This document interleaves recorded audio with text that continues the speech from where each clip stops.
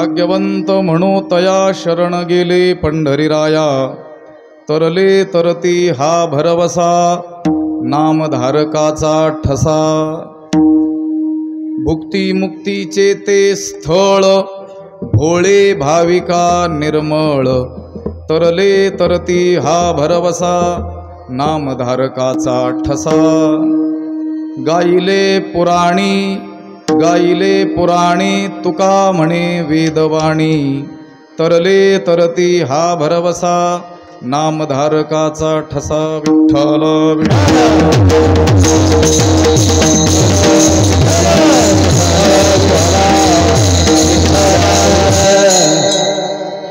श्रीकांतं कमलावरं वररुचिं श्रेष्ठं रमावल्लभं मोक्तारं कलिपङ्कमग्नजनता वृन्दस्य भक्तप्रियं गोपी गणवेष्टितं मधुरया वाण्यास्तुतं सज्जनैः तं भीमातटवासिनं प्रभुवरं श्री पांडुरंगं भजी पांडुरंगा करू प्रथमनं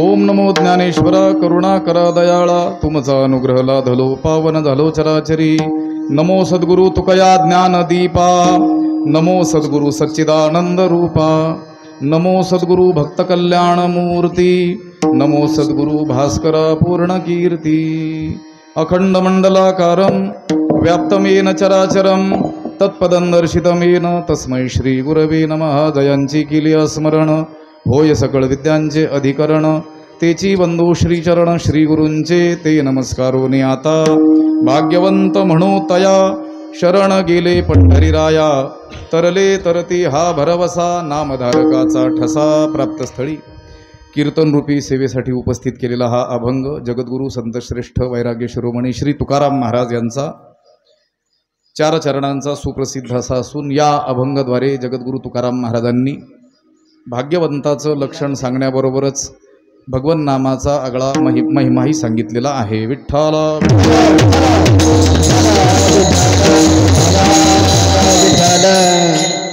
ही नैमित्तिक असलेली कीर्तनाची सेवा आहे आपले पूजनीय वैकुंठवासी नवनाथ महाराज यांच्या दशक्रिया विधीच्या निमित्तानं असलेली ही सेवा आहे मी त्या दिवशी बोललो त्यांच्या नामाचा उल्लेख करताना वैकुंठवासी शब्द बोलणं त्यांच्या नावाच्या पुढं हे जड जातंय बोलायला कारण अकालीच त्यांचं आपल्यातून जाणं झालं लोक बोलतात अकाली जाणं हे दुर्दैवी निधन आहे पण ते दुर्दैवी कुणासाठी हा प्रश्न आहे असं आहे जे भगवत भक्त आहेत त्यांचं जाणं जे आहे अकाली असो किंवा काळ पूर्ण झाल्यानंतर असो ते त्यांच्या दृष्टीनं दुर्दैवी नाही आहे पण त्यांच्यावर अवलंबून असणारे जे भक्तजन असतील किंवा ते ज्यांना मार्गदर्शन करत आहेत असे लोक असतील त्यांच्या दृष्टीनं मात्र ते दुर्दैवी असतं. विठ्ठल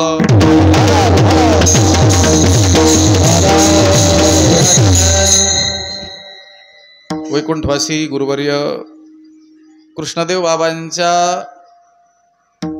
जाण्यानंतर या मठाचा जो कारभार आहे, इथली जी परंपरा आहे ती वहन करण्याचं यशस्वी कार्य वैकुंठवासी नवनाथ महाराजांनी केलं. सुरुवातीचा जो काळ असेल वर्ष दीड वर्षाचा वर्षभराचा तो त्यांना जडच गेला असणार आहे. कोणालाही जाऊ शकतो ज्याच्यावर जबाबदारी आलेली आहे. पण हळूहळू सर्वांना एकत्रित घेऊन आपलंसं करून हे कार्य पुढं नेण्याची जी जबाबदारी आहे त्यांनी यशस्वीपणे काय केली, पार पाडली. आता ह्या 7-8 महिन्यामध्ये जवळजवळ इथला कारभार अतिशय उत्तम असा चाललेला होता. सगळ्यांनाच काही कारणानं दूर गेलेली माणसं असतील ती पुन्हा नवनाथ बाबांनी प्रेमानं आपलीशी केली होती, करत होते. परंतु आता असं आहे, आयुष्य जेवढं आहे तेवढंच इथं राहावं लागतं. त्याच्यावर एक क्षण देखील आपल्याला काही केल्या राहता येणं शक्य नाही आहे. कारण काही गोष्टी ज्या ठरलेल्या आहेत, पंचैतानि हि सृज्यन्ते गर्भस्थस्यैव देहिनः असं म्हटलेलं आहे. आयुः कर्मच वित्तंच विद्या निधनमेवच, किंवा आणखी एक पाठभेद आहे, आयुरन्नंच वित्तंच विद्या निधनमेवच पंचैतानि हि सृज्यन्ते गर्भस्थस्यैव देहिनः. आपण देहात आल्या क्षणीच या 5 गोष्टी लिहिलेल्या असतात, ठरलेल्या असतात. आयुः याचं आयुष्य किती असेल, पुढं कर्म घेतलं तर याच्याकडून काय कर्मे होतील, किंवा अन्नम हा पाठ घेतला तर अन्नमान धन हेतो प्रारब्धाधीन हेत आपण म्हणतच असतो नेहमी. वित्तम त्याला प्राप्त होणारं वित्त हे देखील काय आहे, ठरलेलं आहे. विद्या तो जी काही लौकिक विद्या प्राप्त करील ती देखील त्याची काय आहे, निश्चित आहे. त्याच्या गर्भात येण्या क्षणीच ती काय आहे, लिहिलेली आहे, विधी लिखित आहे. निधनमेवच. तुम्ही म्हणाल मग आयु आणि निधन याच्यात काय बदल आहे? आयु शब्दाचा अर्थ आहे आयुष्याचा काळखंड, किती काळ राहणार तो, आणि निधन शब्दाचा अर्थ आहे मृत्यू, कुठे येईल तो. विठ्ठला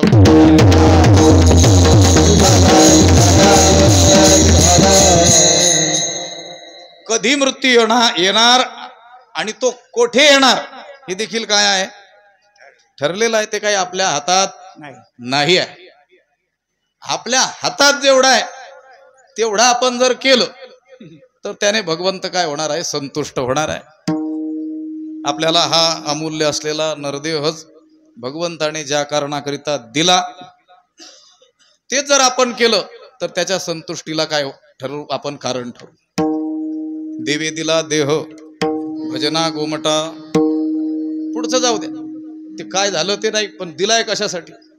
देवानं हा सुंदर असलेला नरदेह भजना दिला, म्हणजे देवाच्या प्राप्तीचं जे साधन आहे ते साधन याच देहात घडू शकत असल्यामुळं याची देही घडे देवाचे भजन आणि हे ज्ञान नाही कोठे. याच देहामध्ये देवाच्या प्राप्तीचं साधन असलेलं जे भजन ते घडू शकत असल्यामुळं आणि त्यासाठी देवानं तो देह आपल्याला दिला असल्यामुळं आपण जर तेच केलं तर त्याने भगवंत काय होईल, संतुष्ट होईल.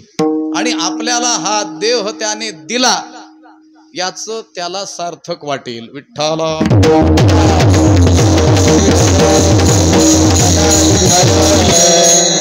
पूजनीय वैकुंठवासी नवनाथ महाराजांनी आपल्या देहाचं सार्थक केलं.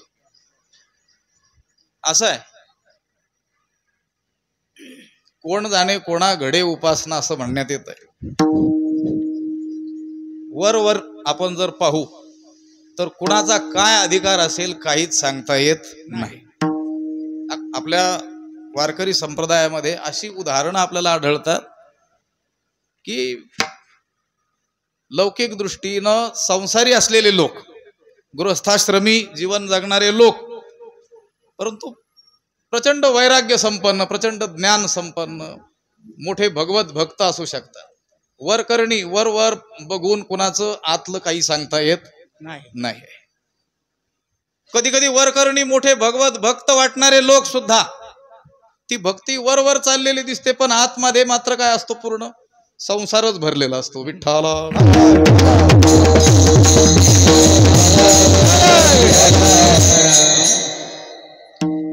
वैकुंठवासी नवनाथ महाराजांनी,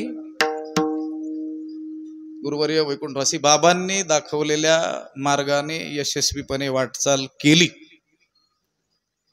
त्यांचं भाग्य असं की बाबांचा जो शेवटचा काही काळ होता, 2-2.5 वर्ष मला वाटतं नवनाथ महाराज त्यांच्या अखंड सानिध्यात राहिले आणि बाबांच्या आजारीपणामध्ये त्यांची सेवा करण्याचं भाग्य नवनाथ महाराजांना लाभलं.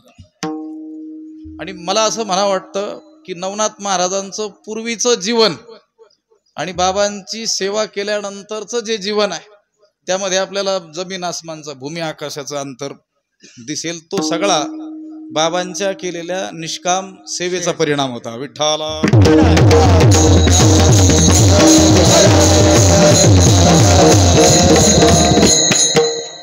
हा अभंग घेण्याचं कारण देखील असंच आहे. नवनाथ महाराजच मला एकदा एका गावी कीर्तनाला घेऊन गेले होते की ज्या गावी वैकुंठवासी बाबा सतत जात असत. गंगापूर तालुक्यातच कोणतं गाव, मला वाटतं रामकृष्ण राजुऱ्याला गेलो होतो. आणि त्या ठिकाणी त्या मंदिराचा वर्धापन दिन होता आणि हा अभंग त्यांनी घ्यायला लावला मला. आणि एकच चरण त्याचं काहीतरी चिंतनाचं झालं. म्हटले हाच अभंग कधीतरी तुम्ही आपल्या मठावर ज्यावेळेस कीर्तनाचा प्रसंग येईल त्यावेळेस घ्यावा, म्हणजे मग पुढची चरण होतील. पण मठावरती अनेक वेळेस कीर्तन करण्याचा योग आला, परंतु आपले नियम आपण सुरू केले की नाथ महाराजांच्या हरिपाठावर चिंतन करायचंय, म्हणून मग हा अभंग घेण्याचा काही योग इथं पुन्हा आला नाही.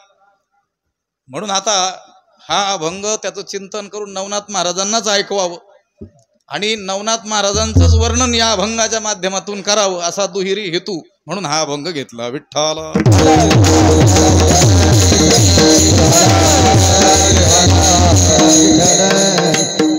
आज इथं या विधीच्या निमित्तानं पूजनीय वैकुंठवासी नवनाथ महाराजांच्या स्नेहानं, त्यांच्या प्रेमास्तव अनेक मंडळी, थोर वारकरी मंडळी, ज्येष्ठ मंडळी, महाराज मंडळी आलेली आहेत. नवनाथ महाराजांचं प्रेमच त्यांना या ठिकाणी दूरवरून घेऊन आलेलं आहे.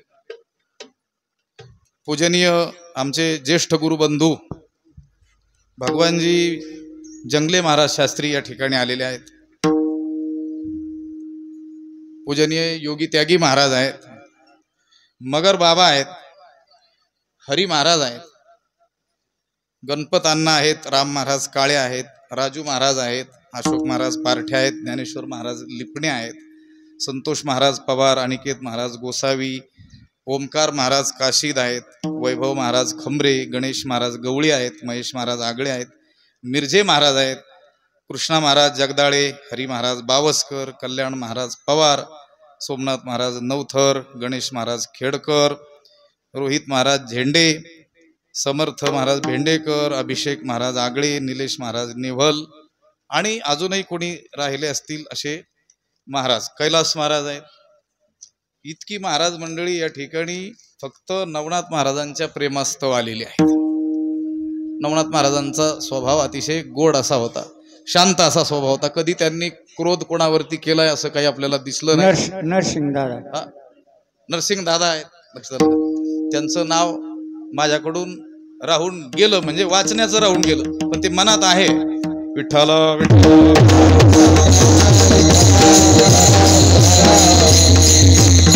ज्याप्रमाणे वैकुंठवासी बाबा त्यांना आपण शांती ब्रह्म म्हणायचो, काही अंशाने का होईना नवनाथ महाराजांमध्ये ते चित्र आपल्याला दिसत होतं. कधी कोणावरती त्यांनी क्रोध केला नाही.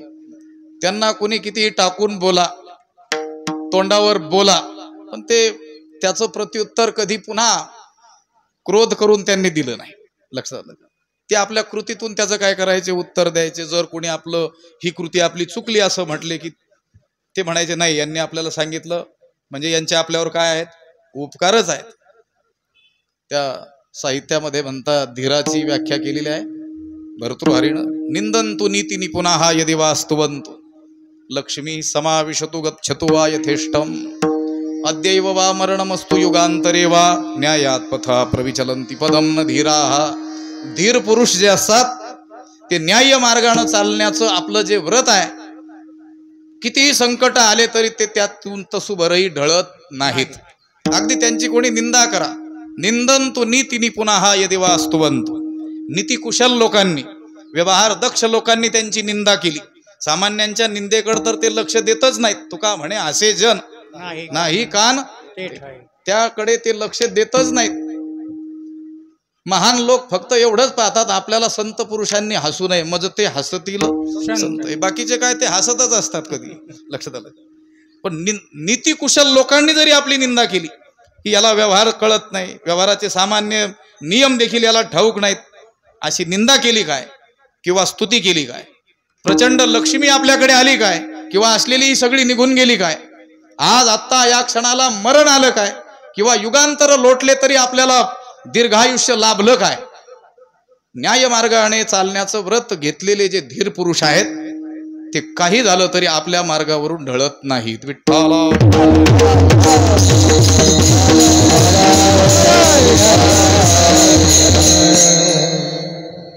असा आहे माणूस असताना त्याची किंमत दुसऱ्या माणसांना कळत नाही. कोणाच्याही बाबतीमध्ये तेच आहे. वैकुंठवासी अण्णा गमतीनं सांगायचे, ते म्हणायचे लोकांना आमची किंमतच कळत नाही असं अनेक लोक म्हणतात. ते म्हणे मी त्यांना उपाय सांगत असतो, लोकांना तुमची किंमत कळेल, पण जगाचा नियम आहे गेल्याशिवाय किंमत कळत नाही. मग तुम्हाला जर वाटत असेल तुमची किंमत जगाला कळावी तर तुम्ही केलं पाहिजे, एक काय गेलं पाहिजे म्हणे. विठ्ठला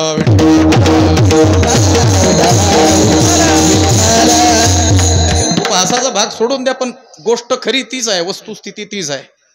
कुणी आपल्या घरातील वाडवडील थोर मंडळी, कुणी आपले शेजारी गावातील कोणी सज्जन लोक गेल्यानंतर मग त्या माणसाची उणीव आपल्या लक्षात येते की ते असते तर त्यांनी असं केलं असतं. आता इथंच उदाहरण घ्या, नवनाथ बाबा गेल्यानंतर मग लक्षात यायला लागलं कुणाच्या, ज्यांच्या कधीच लक्षात येत नव्हतं त्यांच्या देखील. विठ्ठला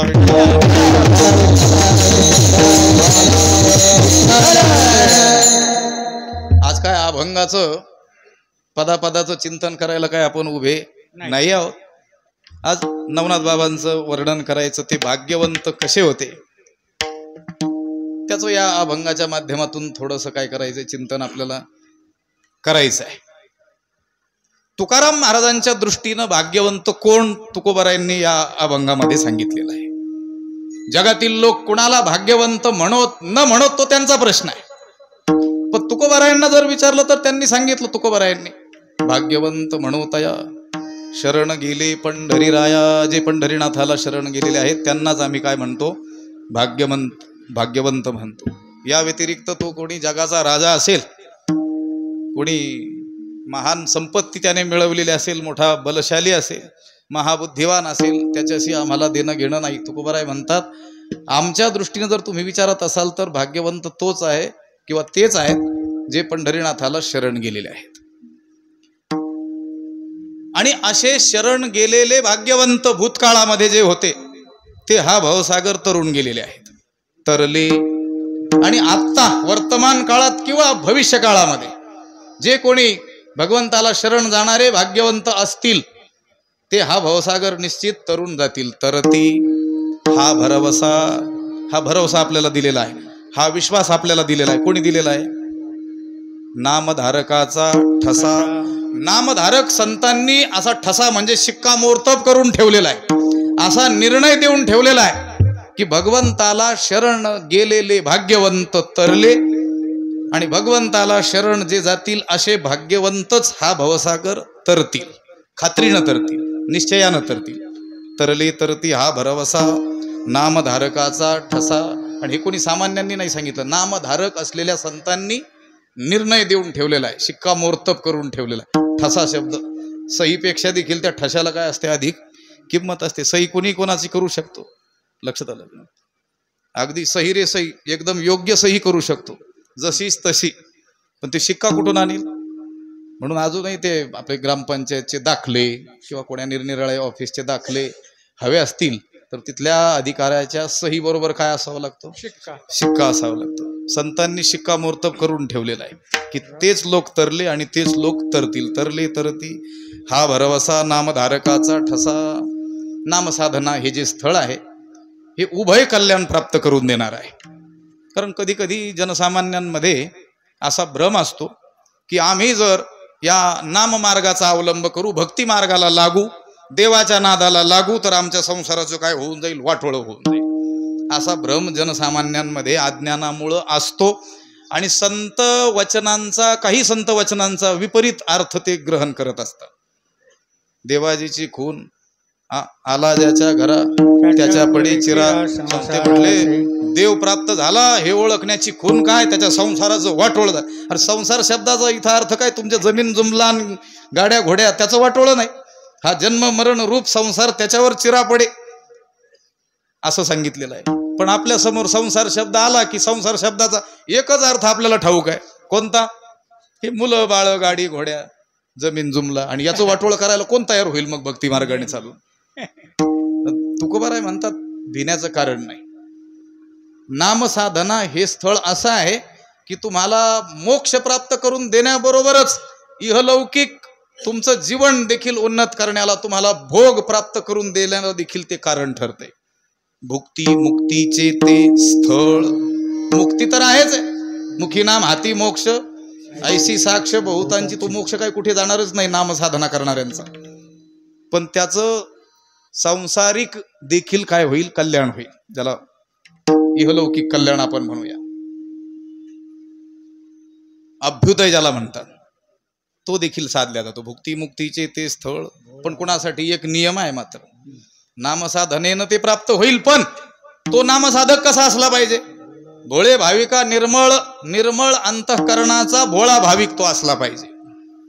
त्याच्यासाठी नामसाधना ही भोग आणि मोक्ष असं उभय कल्याण करून देणारी भूमी आहे किंवा ते स्थळ आहे. तुकोबारायांना विचारलं, एवढं तुम्ही सांगता, भाग्यवंताचं लक्षण सांगता, ते तरले असे भाग्यवंत तरतील. नामधारक संतांनी शिक्कामोर्तब करून ठेवलेलं आहे. नामसाधना हे स्थळ उभय कल्याण प्राप्त करून देणार आहे. हे काय तुम्ही मनाने सांगता का? ते म्हटले नाही. माझ्यावर विश्वास नसेल तर पुराणांना विचारा. तुका म्हणे नाही विश्वास ज्या म्हणी पहावे पुराणी. आणि केवळ पुराणांनाच नाही तर पुराण सुद्धा आपली उपजीविका ज्यांच्यावर चालवतात त्या सर्वश्रेष्ठ प्रमाणभूत असलेल्या वेदांना विचारा. तेच सांगितलेलं आहे. गाईले पुराणी तुका म्हणे वेदवाणी. तरले तरती हा भरवसा नामधारकाचा ठसा.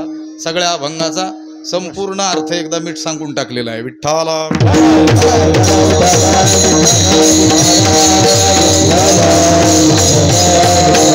आता आपल्याला अभंगात प्रवेश करण्याकरिता 2 शब्द आपल्या दृष्टीसमोर आणावे लागतील. फक्त मला किती वेळ करायचं तेवढं सांगा. लक्षात आलं का? 10 वाजले, 11 वाजेपर्यंत 1-2 जणांची मुंडकं हलवलं. लक्षात आलं का? 11:15 पर्यंत आपलं ठरलेलं. आता बऱ्याच जणांनी हलवलेलं. गणपत अण्णांचं नामचं ठरलेलं आहे. 11:15 संपलं पाहिजे.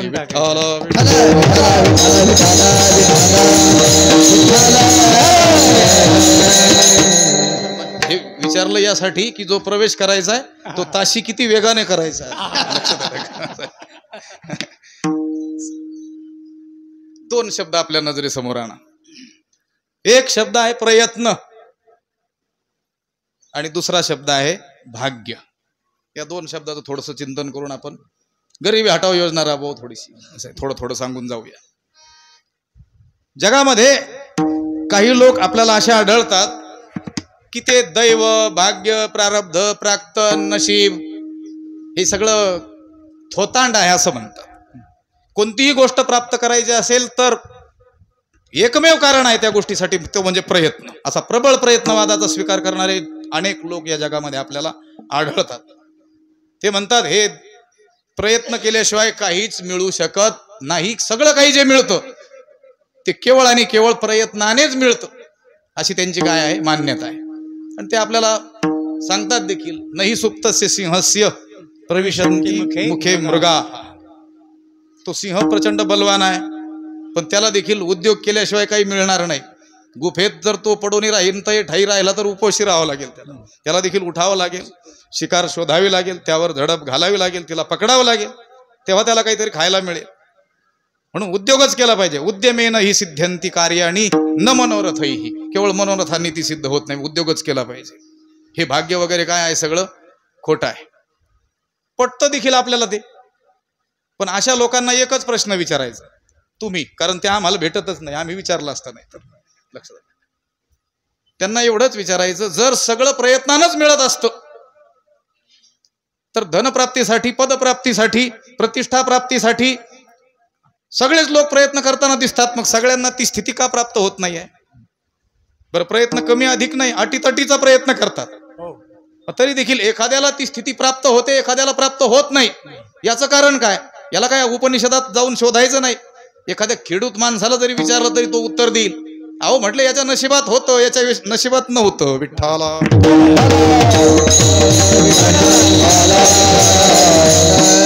एकाच वेळी जन्माला आलेली दोन माणसं, त्यांची स्थिती सारखी आहे का? नाही. दोन माणसं सोडून द्या, एका गावातीलही दोन माणसं सोडून द्या, एका कुटुंबातलेही दोन माणसं सोडून द्या, एकाच आईच्या पोटी जन्मलेले दोन भावंड, त्यांची सुद्धा स्थिती सारखी आहे का? आणखी थोडा बालकी खाल निकालला, आणखीन थोडा बारीक विचार करू. एका आईच्या पोटी जन्माला आलेले दोन भावंड, त्यांचाही विचार नाही. एका आईच्या पोटी एकाच वेळी जन्माला आलेले, ज्याला जुळे भावंड म्हणतो आपण, दिसायलाही सारखेच, पण परिस्थिती सारखी आहे का त्यांची? नाही. कोणी गर्भ श्रीमंत दिसतो तर कोणी आयुष्यभर दारिद्र्य अवस्था भोगताना दिसतो, कोणी आरोग्य संपन्न आहे, कोणी रोग जर्जर आहे. लक्षात आलं? अशी वेगवेगळी परिस्थिती त्याची दिसते. काय कारण आहे? भाग्य. भाग्य ही संकल्पना मानावी लागते. आता मला सगळं हे काटछाट करून चालायचं नाही आपलं. नाही तर आमचं बघ, आमच्या पूजनीय महाराज सांगत असतात, भाऊ मोठं रान धरून चालतात म्हणे, पण वेळेवर पोहोचतात. विठ्ठला.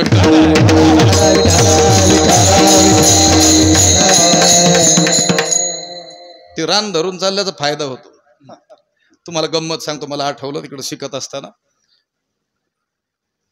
एखाद्या माणसाला सांगितलं, तुला 10 एकर चांगली सुपीक असलेली जमीन, आत्ता बागायत असलेली, पाणी देखील उपलब्ध असलेली, ती हवी की 50 एकर पडीक कोरडवाहू जमीन हवी? शहाणा माणूस काय घेईल बरं? बागायत. नाही, तुमच्या दृष्टीचा शहाणा बागायत घेईल, पण माझ्या दृष्टीचा शहाणा ती जिरायत घेईल. कारण तो काय करील, त्याच्यातली 25 एकर विकून बाकीची 25 एकर सुपीक करील. विठ्ठला.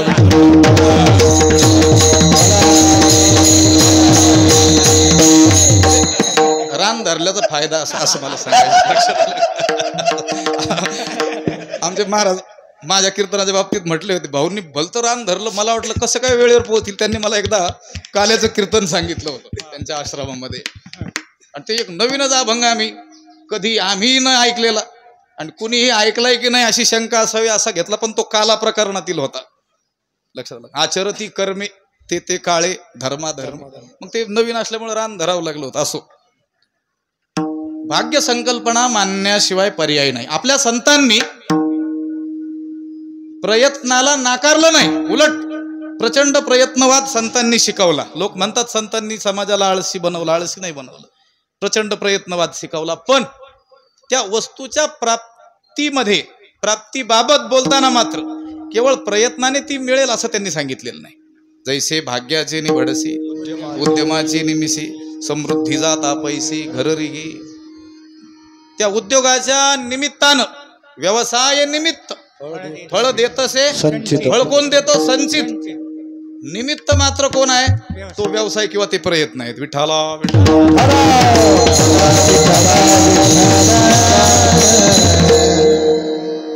मुख्य गोष्ट आहे भाग्य. भाग्य मानावं लागतं, इथपर्यंत आपण आलो. पण आता भाग्य कशाला मानायचंय याच्या बाबत काही जगामध्ये एकमत नाही. जगाचं सोडून द्या, इथं बसलेली सगळी जी लोक आहेत, प्रत्येकाला जर आपण प्रश्न विचारला बाजूला घेऊन, तुझ्या दृष्टीनं भाग्य म्हणजे काय, तर सगळ्यांची उत्तरं काय येतील? वेगवेगळी येतील. जगातील प्रत्येकाचं उत्तर त्याच्या त्याच्या पद्धतीनं, त्याच्या संस्कारानुसार, त्याच्या आवडीनुसार, रुचीनुसार वेगवेगळं येईल. पण या अनंत उत्तरांना 3 गोष्टीमध्ये वर्गीकरण संतांनी केलेलं आहे. धन प्राप्त होणं याला व्यावहारिक लोक काय म्हणतात? भाग्य म्हणतात. धनप्राप्ती ज्याला होते त्याला भाग्यवंत म्हणतात.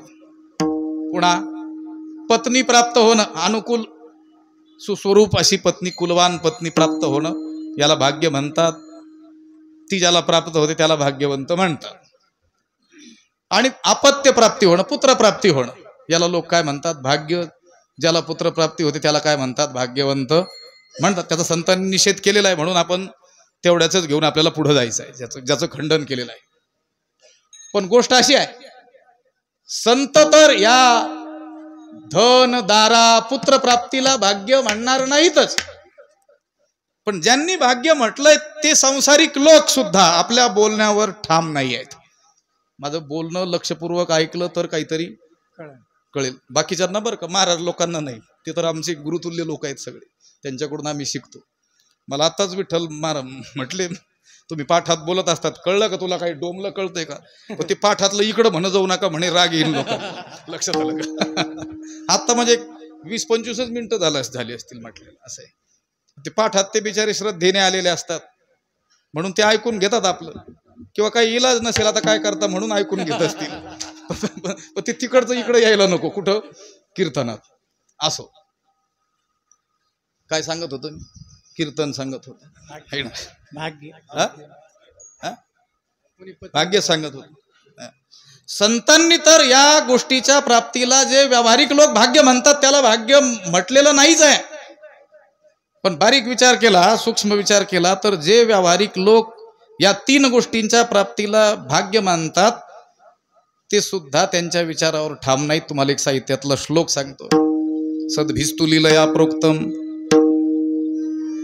शिलालिखितम अक्षरम असद्भिस्तु शपथेनापि जले लिखितम अक्षरम.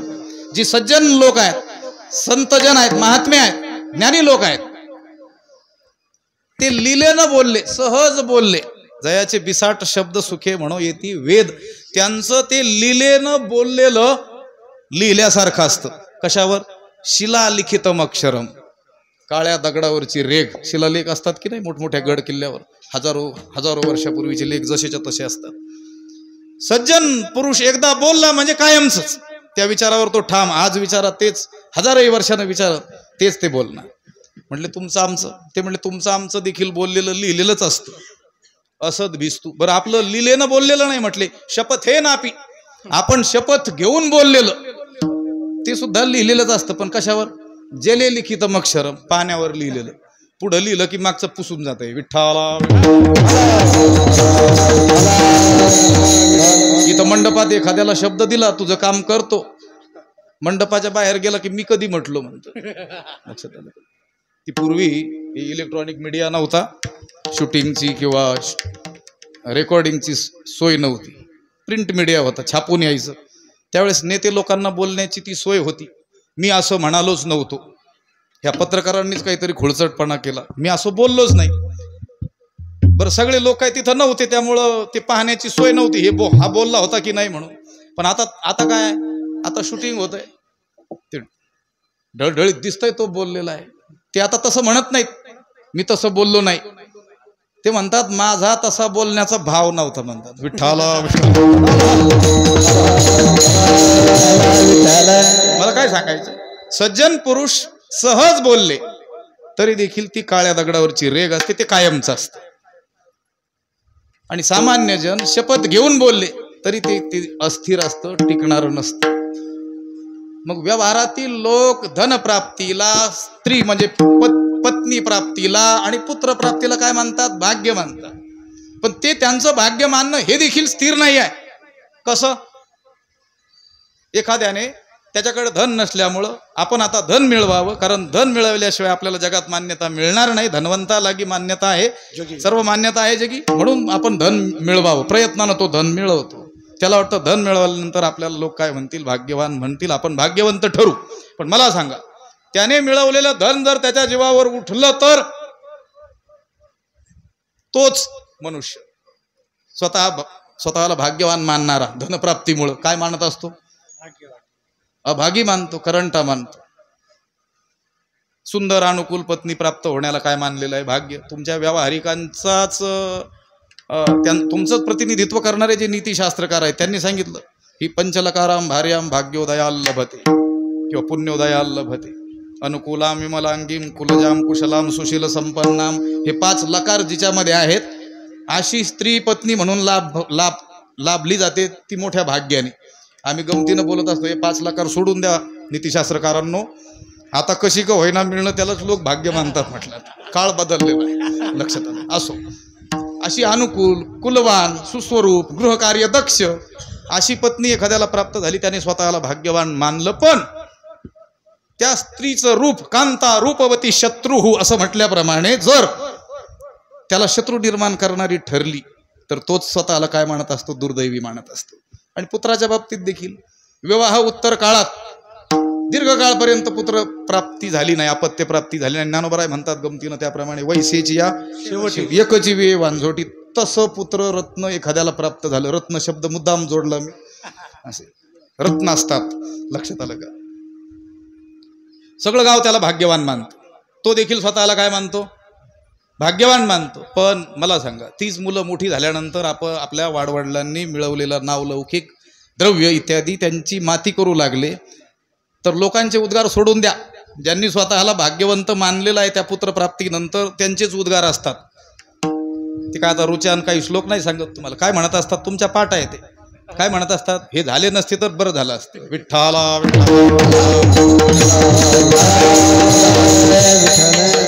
जेथे सांसारिक लोक व्यावहारिक लोकच आपल्या बोलण्यावर ठाम नसतील तेथे या गोष्टीच्या प्राप्तीला संत भाग्य कसं म्हणतील?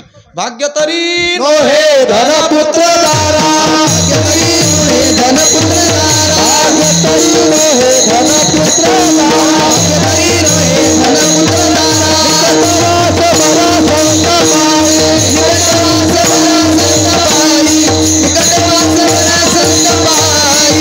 भाग्य तरी नोहे धनपुत्र दारा, निकटवास बरा संत पाई, निकटवास बरा संत पाई.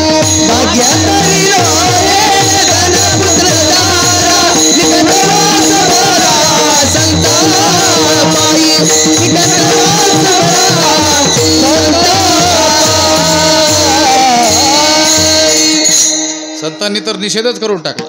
भाग्य तरी नोहे धन पुत्र दारा निकटवास बरा संतापाई. तुकोबरायला विचारू आपण, हे भाग्य नाही ते भाग्य नाही, याला भाग्यवंत म्हणत नाहीत त्याला भाग्यवंत म्हणत नाही असं तुम्ही सांगता, पण भाग्यवंत कोण हे आम्हाला सांगा. आता आपण काय फार आचार्यांकडे जाऊन येणार नाहीत. आता लक्षात भाष्यकारा ते वाट पुसतो, आता वाट पुसायला एवढा वेळ राहिलेलाच नाही. लक्षात आलं नाही? त्यांनी सांगितलं असतं कौपीनवंत खलु भाग्यवंत. ते काय आपल्याला पटलंही नसतं तितकंसं. लक्षात आलं का? आपण दुसऱ्याच गोष्टीच्या प्राप्तीनं स्वतःला भाग्यवंत मानणारे त्या लंगोटधारी जीवाला कसं भाग्यवंत मानू? विठ्ठल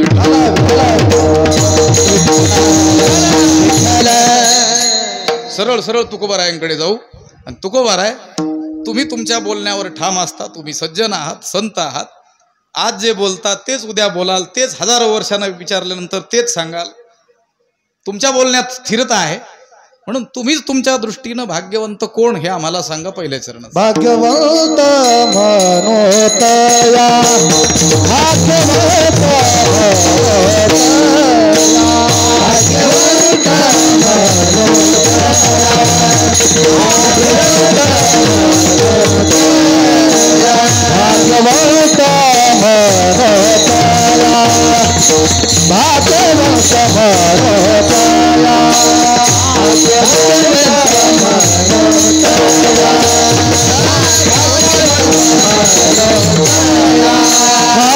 शरण गेले पंढरीराया, शरण गेले पंढरीराया, तरले ते हा भरवला, तरले तरते हा भरवला.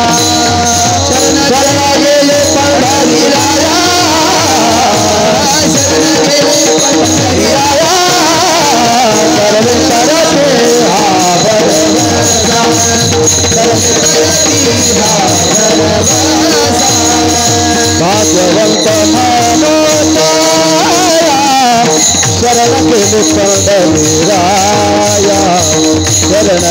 पंढरी राया शरण गेले पंढरी राया शरण गेले पंढरी राया शरण गेले पंढरी राया शरण गेले पंढरी राया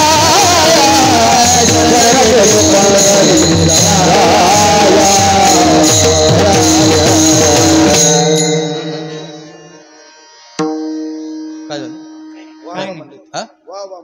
असं हा म्हणजे एक टप्पा झालाय त्यांनी सांगितलं 1/3 संपलंय तुमचा आवरा लवकर लक्षात भाग्यवंत म्हणूतया शरण गेले पंढरी राया तुकोबरायांनी त्यांचं मत सांगितलं आम्ही त्यांनाच भाग्यवंत म्हणतो जे पंढरीनाथाला शरण गेलेले आहेत तुकोबरायांनी केलेली ही भाग्यवंताची काय आहे व्याख्या आहे वंत बहुवचनांती प्रत्यय आहे ना वानमान वतुप मतुप वतमत वानमान चालतात थोडं बहुत धन एखाद्याकडे असेल तर तो धनवान खूपच धनाने संपन्न असेल तर धनवंत धनवंतालागी धनवंत थोडं बहुत ज्याच्याकडे काय असेल बळ असेल तो बलवान आणि खूपच बळ त्याच्याकडे असेल तर बलवंत वंत थोडी बहुत कृपा असेल तर तो कृपावान आणि कृपेचे सागरच जर असतील तर तुम्ही संत मायबाप कृपावंत अगदी त्याच पद्धतीनं थोडं बहुत भाग्य असेल तर भाग्यवान आणि खूपच भाग्य आहे त्याला काय म्हणायचं भाग्यवंत इथं कशाची व्याख्या केली भाग्यवंताची सगळ्यात मोठा भाग्यवान कोण तुमच्या दृष्टीनं भाग्यवंत म्हणूतया शरण गेले पंढरी राया जे पंढरीनाथाला शरण गेले त्यांना आम्ही भाग्यवंत म्हणतो एवढं चरण आपण ऐकलं वाचलं की आपल्याला वाटतं आपणही काय आहोत भाग्यवंत आहोत कारण पंढरीनाथाला शरण गेले त्यांना आम्ही काय म्हणतो भाग्यवंत म्हणतो अशी व्याख्या तुकोबरायांनी केलेली आहे ठीक आहे आपण कीर्तन करत असू करून घेत असू भजन करत असू वारी करत असू ग्रंथांची अनुष्ठानं करत असू शरणागतीकडे जाण्याचा तो कदाचित मार्ग असेल पण संपूर्ण शरणागती म्हणजे ती नाही कारण त्यांनी शरण गेले पंढरीराया जे पंढरीनाथाला शरण गेलेले आहेत त्यांनाच काय म्हटलेलं आहे भाग्यवंत म्हटलेलं आहे आपला गोड गैरसमज होण्याची काय आहे दाट काय आहे शक्यता आहे आम्ही कीर्तन करतो म्हणजे आम्ही कोण तुकोबरायांच्या भाषेत पण तुकोबरायांचा स्वभाव असा आहे ते उठसूट कोणालाही तू भाग्यवंत तू महात्मा तू ज्ञानी तू पंडित तुम्ही चांगले असं काही म्हणत नाही लक्षात आलं ते आपल्याकडं खातं दिलेलं आहे लक्षात आलं तुकोबरायांचा स्वभाव कसा आहे कडक स्वभाव आहे त्यांचा करारी बाण आहे देवाचं त्यांचंच भांडण जुंपलं होतं पंढरपुरामध्ये देवानं सांगितलं एका माणसाकडं हात दाखवून की तुकोबराय ह्या माणसाला तुम्ही संत म्हणा तुकोबरायांनी चांगलं पाहिलं वर खाली काही माळेचा पत्ता नाही गंधाचा तर गंधच नाही कसं काय संत म्हणायचं म्हणे परिमितासी मुखे न मने संत परिमितासी मुखे न मने संत मने संत तरी सुद्धा देवा तरी माझे सुखे परिमितासी मुखे न मने संत परिमितासी मुखे न मने संत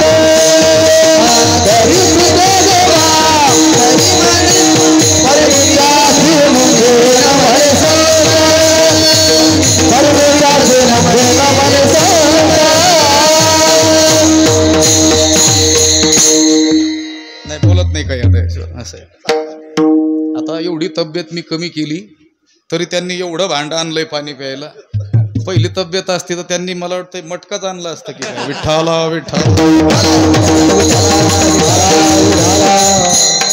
आता हे विठ्ठल म्हणतोय तुम्ही आवरा तुमच्या बोलण्याला कसं काय आता काय कुठंतरी एखाद्या शिबिरालाच जावं लागेल आपल्याला लक्षात आलं करीसी ते देवा करी माझे सुखी परी मी त्यासी मुखे न म्हणे संत जया राज्य द्रव्य करणे उपार्जना वशदंभमाना इच्छे झाले ज्यांना द्रव्य राज्य याचं उपार्जन करायचंय मिळवायचंय दंभमानाला जे वश झालेले आहेत हे देवा तू माझं काहीही केलं तरी मी त्यांना काय म्हणणार नाही संत असा ज्यांचा स्वभाव आहे ते सहजासहजी कुणालाही भाग्यवंत म्हणतील का तर गंमत अशी आहे ती शरण गेले पंढरी राया या चरणामध्ये उत्तरार्धामध्ये जे शरण पद आहे त्याचा विचार त्यांच्या दृष्टीनं करावा लागेल. आपण आपल्या दृष्टीनं जर शरणागती त्याचा विचार केला तर मग आपण सगळेच तुकोबारायांच्या दृष्टीनं भाग्यवंत ठरू. पण उठसूट तुकोबाराय कुणालाही भाग्यवंत म्हणणार नाहीत हे लक्षात घेता ते कुणाला भाग्यवंत म्हणालेले असले पाहिजेत याचा विचार करण्याकरिता त्यांच्याच दृष्टीनं ज्ञानोबारायांच्या दृष्टीनं शास्त्राच्या दृष्टीनं शरण जाणं म्हणजे नेमकं काय हे पाहावं लागेल.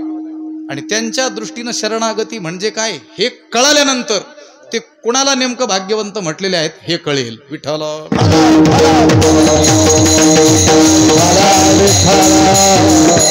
आता शरणागतीचा मोठा विचार आहे. भक्तिशास्त्रीय दृष्ट्या असलेली शरणागती आणि वेदांत शास्त्राच्या दृष्टीनं असलेली शरणागती. भक्तिशास्त्रीय दृष्ट्या असलेली शरणागती आहे तिचे 6 प्रकार नारदांनी नारद पांचरात्रमध्ये सांगितलेले आहेत. 1.5 श्लोक आहे आणि त्याच्यामध्ये 6 शरणागतीचे प्रकार त्यांनी सांगितले. षड्विधा शरणागती ही अनुकूल्यस्य संकल्पः प्रातिकूल्यस्य वर्जनम रक्षिष्यति इति विश्वासः गोप्तृत्व वर्णन तथा आत्मनिक्षेप कार्पण्ये षड्विधा शरणागती ही. पण आपल्याकडे काही तेवढा वेळ नाही आपल्याला पटपट सांगून जायचं. फक्त त्याचा अर्थ शब्दशः सांगतो.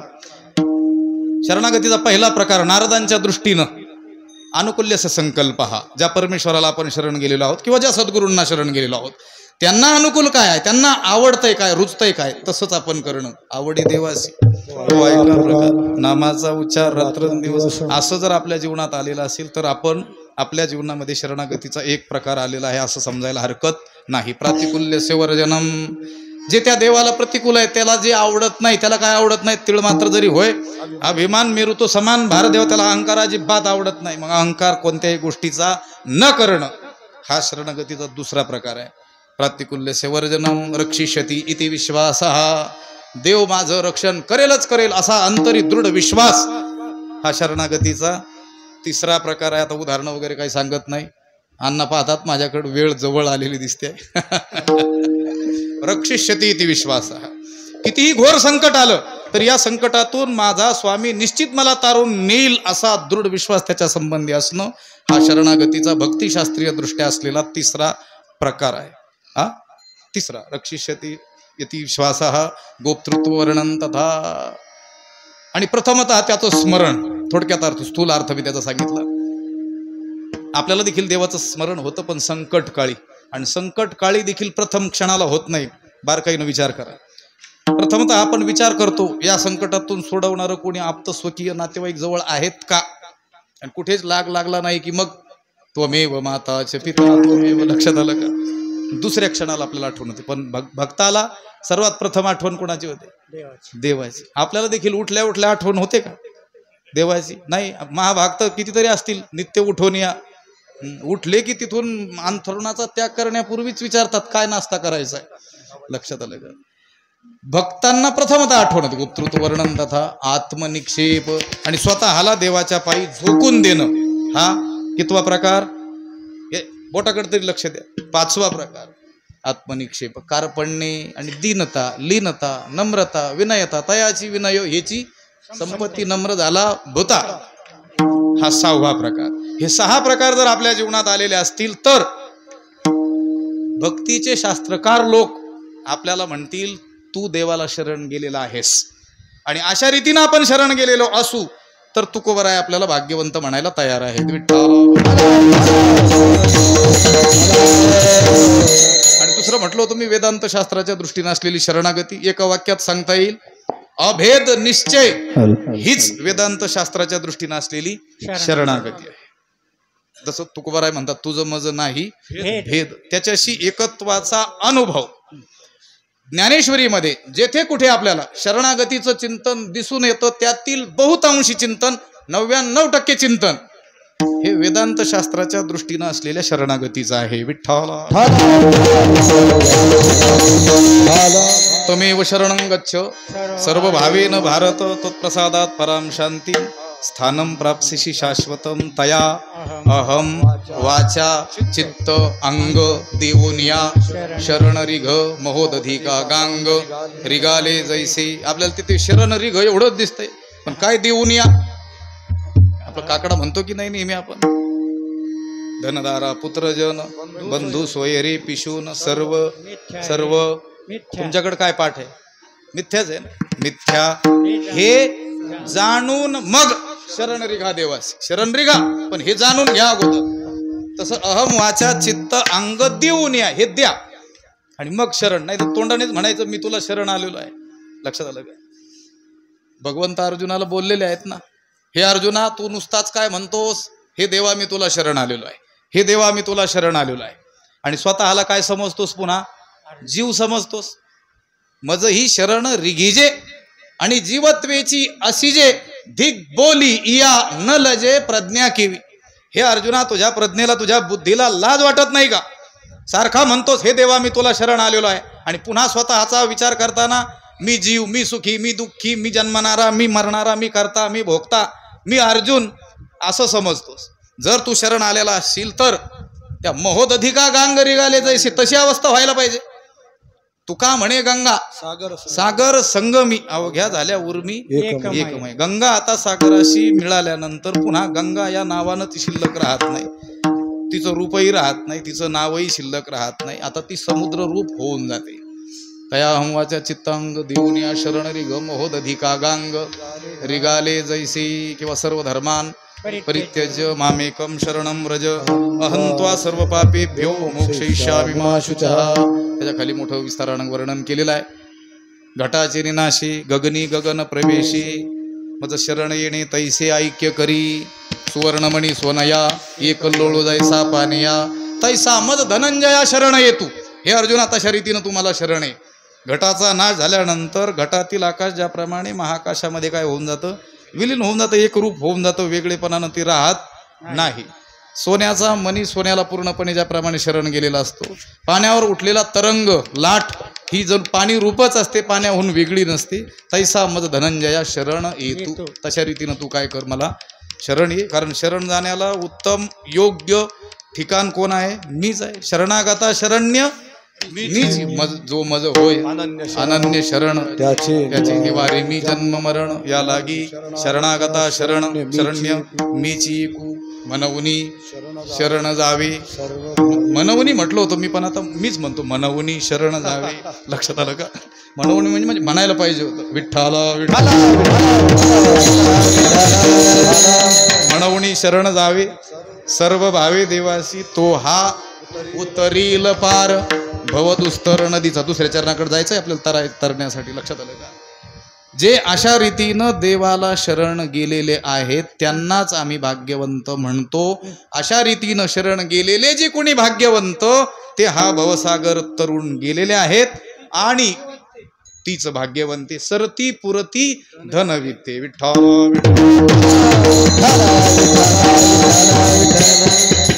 तुका म्हणे भाग्य या नावे म्हणजे संसारी जन्मीजे.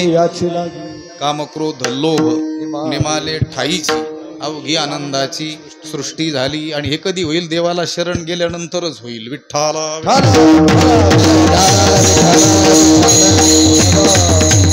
अशा रीतीनं शरण गेलेले पूर्वीचे जे कोणी भाग्यवंत ते हा भवसागर तरुण गेलेले आहेत.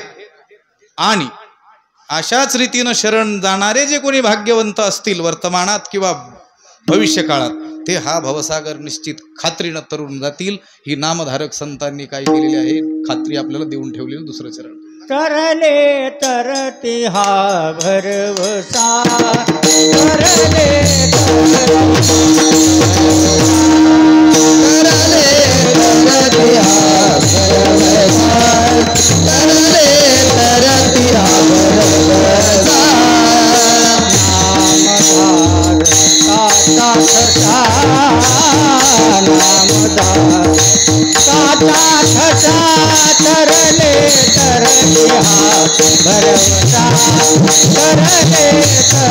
हा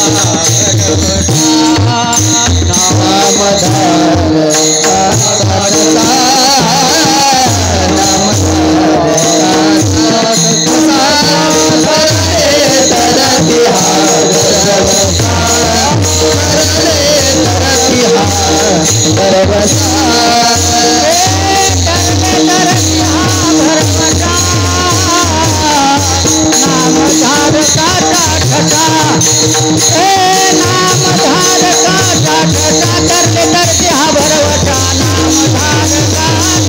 तरले तरती हा भरवसा नामधारकाचा ठसा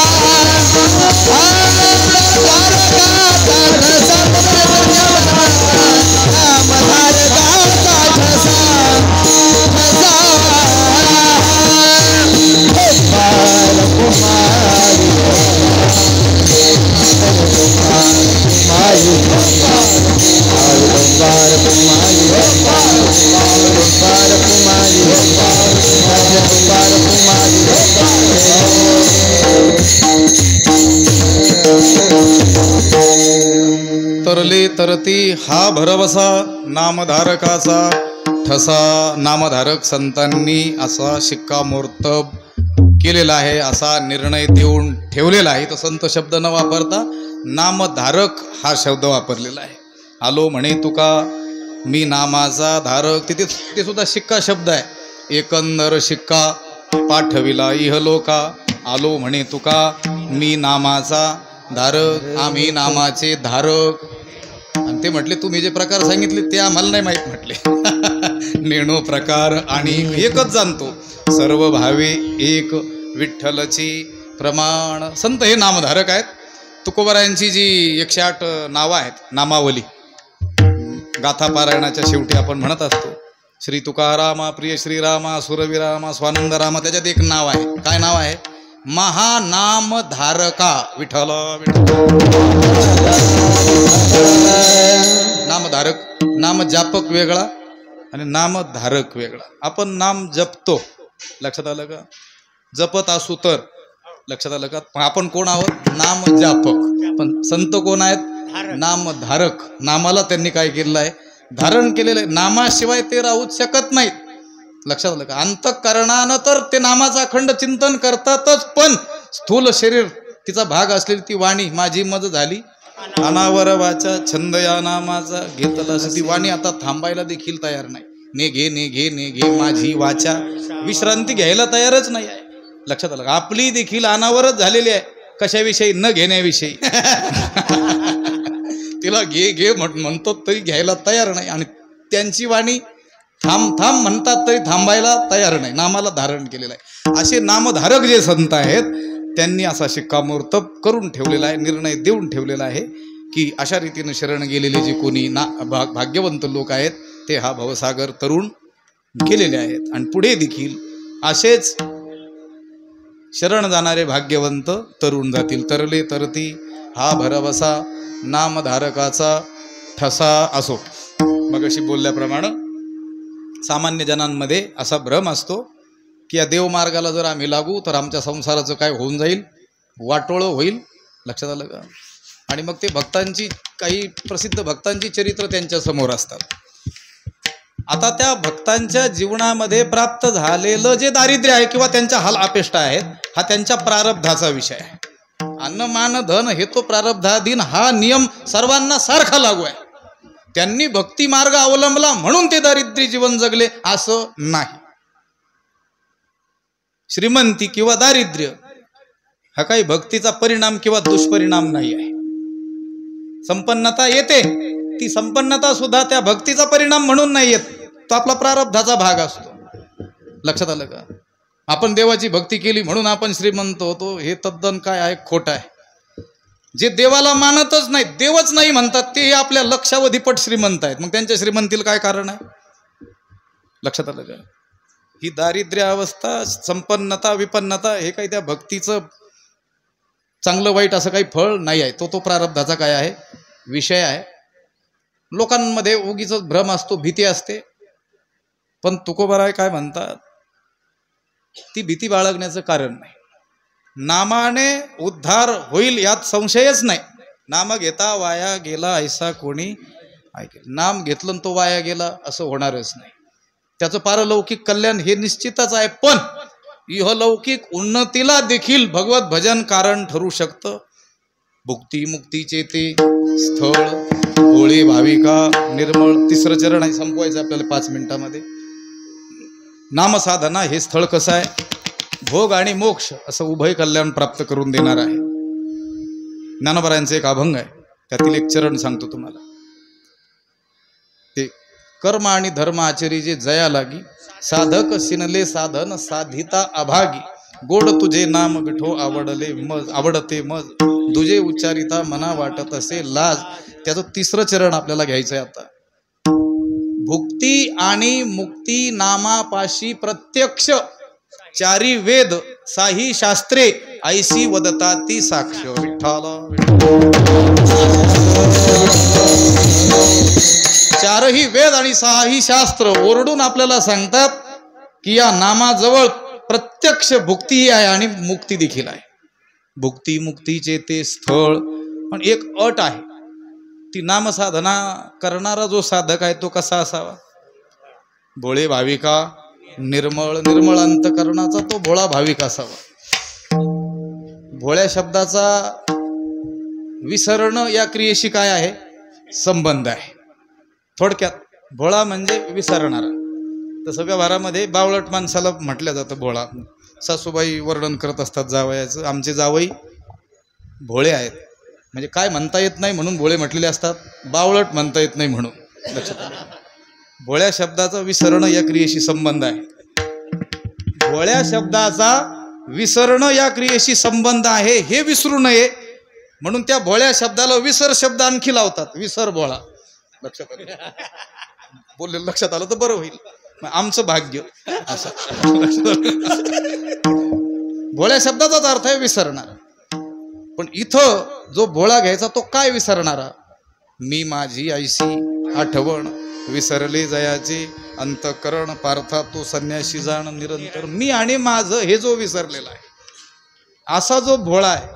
लक्षात, तुका म्हणे भोळा जिंकू जाणे कळी काळा. असा जो भोळा आहे, निर्मळ अंतकरणाचा भोळा भाविक, आणि त्याने जर नामसाधना केली म्हणजे भावे गावे गीत पण आधी शुद्ध करोनिया चित्त, निर्मळ अंतकरणानं त्या देवाच्या नामाची साधना आपण केली तर ते नामसाधन आपल्याला उभय कल्याण आपलं करून देणार आहे. भुक्ती मुक्तीचे ते स्थळ. भोळे भाविका, निर्मळ. तुकोबारायांना विचारलं, तुकोबाराय जवळजवळ तुम्ही 9:15 9:30 पासून हे आम्हाला सांगत आहात की भाग्यवंत म्हणजे कोण? असे भाग्यवंत तरले पुढे जे भाग्यवंत शरण जाणारे भाग्यवंत असतील ते तरतील, हे नामधारक संतांनी सांगितलेलं आहे. नामसाधना हे स्थळ निर्मळ अंतकरणाच्या भोळ्या भाविकांसाठी भुक्ती आणि मुक्ती दोन्ही प्राप्त करून देणार आहे. पण हे तुम्ही तुमच्या मनानं सांगता का? तुकोबाराय म्हणाले नाही, मी मनानं सांगत नाही. या सगळ्या गोष्टींचा उद्घोष वेदानं आणि पुराणानं केलेला आहे. शेवटचं चरण गायली पुराणे, गायली पुराणे, गायली पुराणे, गायली पुराणे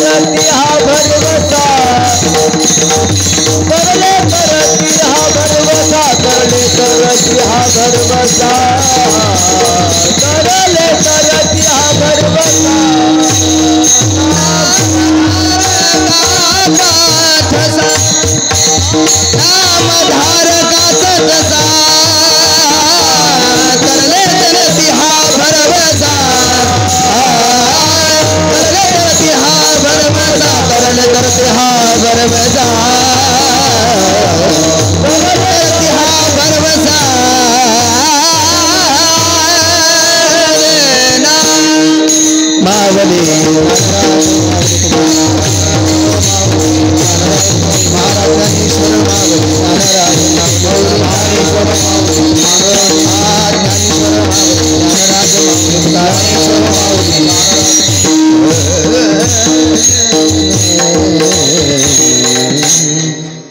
गायले पुराणी तुका म्हणे वेदवाणी. तुकाराम महाराज म्हणतात ह्या सगळ्या गोष्टीचं गान पुराणांमध्ये आलेलं आहे. वेदानं देखील याच गोष्टीचा उद्घोष वारंवार केलेला आहे. तुकोबाराय हे काही मनानं सांगत नाहीत आणि आपल्याला देखील सांगतात. मी सांगतो म्हणून विश्वास ठेवा असं नाही. पहावे पुराणी विचारवणी. लक्षात आलं का? आम्ही आधाराशिवाय बोलत नाहीत. वेदशास्त्र पुराणांचा संत वचनांचा आधार घेतल्याशिवाय बोलत नाहीत. आणि तुकोबारायांनी अशा आधारा वाचून बोलणाराला दूषणं दिलेली आहेत. वेदशास्त्र पुराण नाही ज्याप्रमाणे तयाचे वदन नावलो का. त्याचं कीर्तन ऐकू नका असं नाही, त्याचं तोंडही पाहू नका म्हणतं. ज्याला वेद शास्त्र पुराण संत वचन प्रमाण म्हणून काय नाही आहेत, मान्य नाही आहेत. आणि मला असं वाटतं असं तो सांगतो. मला असं वाटतं या वाक्याला वारकरी संप्रदायात किंमतच नाही. असं कोणी जर म्हणालं ना मला असं वाटतं, त्याला सांगायचं ते घरी जाऊन सांग. तेही तुझं ऐकत असतील तर, नाही तर ते पण सांगायच्या भानगडीत पडून. इथं तुकोबारायांना काय वाटतंय, ज्ञानोबारायांना काय वाटतंय, नामदेवराय आदी संतांना, नाथ महाराजांना काय वाटतंय, जोग महाराज आदी महापुरुष होऊन गेले त्यांचं काय मत आहे हे ऐकायला आम्ही आलेलो आहोत. गायले पुराणी तुका म्हणे वेदवाणी. चहुवेदी जाण साही शास्त्री कारण. 18 ही पुराणे हरिसी गाती गायली पुराणे. वेदे रामायणे चैव पुराणे भारते तथा आदौ मध्ये तथा चांते हरिही सर्वत्र गीयते. गायले पुराणे. गायले पुराणी तुका म्हणे वेदवाणी. तरले तरती हा भरवसा नामधारकाचा ठसा. या अभंगाचं काहीसं चिंतन प्रासंगिक नैमित्तिक हे कीर्तन होतं म्हणून करण्याचा आपण प्रयत्न केला. आरंभाला बोलल्याप्रमाणे याचं काही पदापदाचं चिंतन करायला आपण काय आज इथं उपस्थित नाही आहोत. आज आपल्याला या अभंगाचा आधार घेऊन पूजनीय वैकुंठवासी नवनाथ महाराजांना श्रद्धांजली वाहायची आहे. त्यांचं स्मरण करायचं आहे, त्यांच्या गुणांचं स्मरण करायचं आहे, त्यांच्या चांगुलपणाचं काय करायचं आहे स्मरण करायचं आहे, त्यांचा गुण गौरव करायचा आहे, त्यांची आठवण करायची आहे. म्हणून इथं आज आपण एकत्र जमलेलो आहोत. त्यांच्या प्रेमानंच ही सगळी मंडळी, वारकरी मंडळी, महाराज मंडळी, आमचे गुरुबंधू असलेली मंडळी या ठिकाणापर्यंत आलेले आहेत.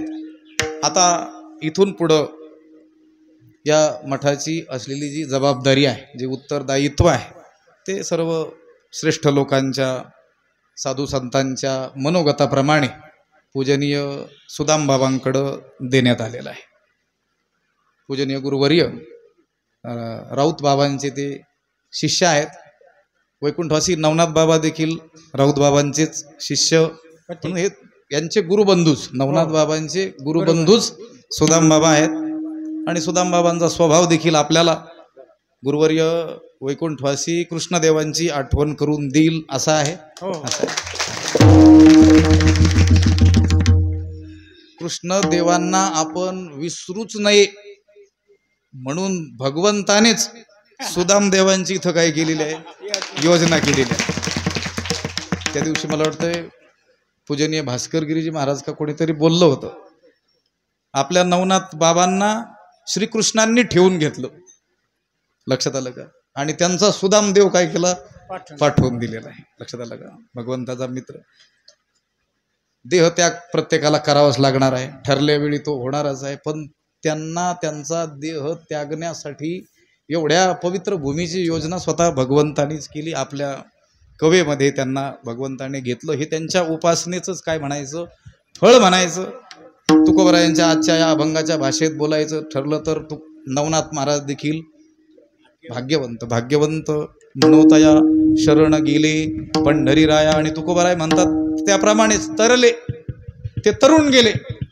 आता आपल्यासाठी आपल्याला तरायचं असेल तर आपल्याला काय करावं लागेल, ते जसं देवाला शरण गेले आणि आपला उद्धार करून घेतला तसं आपल्याला शरण जावं लागेल. तुकोबारायांकडून आपल्याला भाग्यवंत म्हणून सर्टिफिकेट घ्यावं लागेल, प्रमाणपत्र.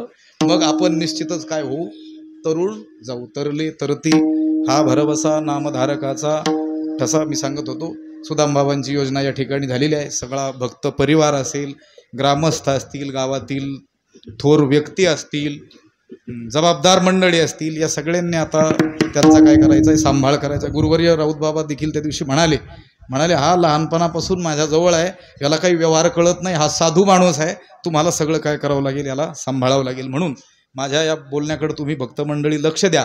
जसं बाबा असताना, कोणते बाबा असताना, वैकुंठवासी कृष्णदेवा असताना त्यांच्या अनुमतीनं सगळं तुम्हीच करायचं. लक्षात आलं का? त्यांची अनुमती घ्यायचात आणि त्यांना अनुकूल असं सगळं कुणाला करावं लागायचं?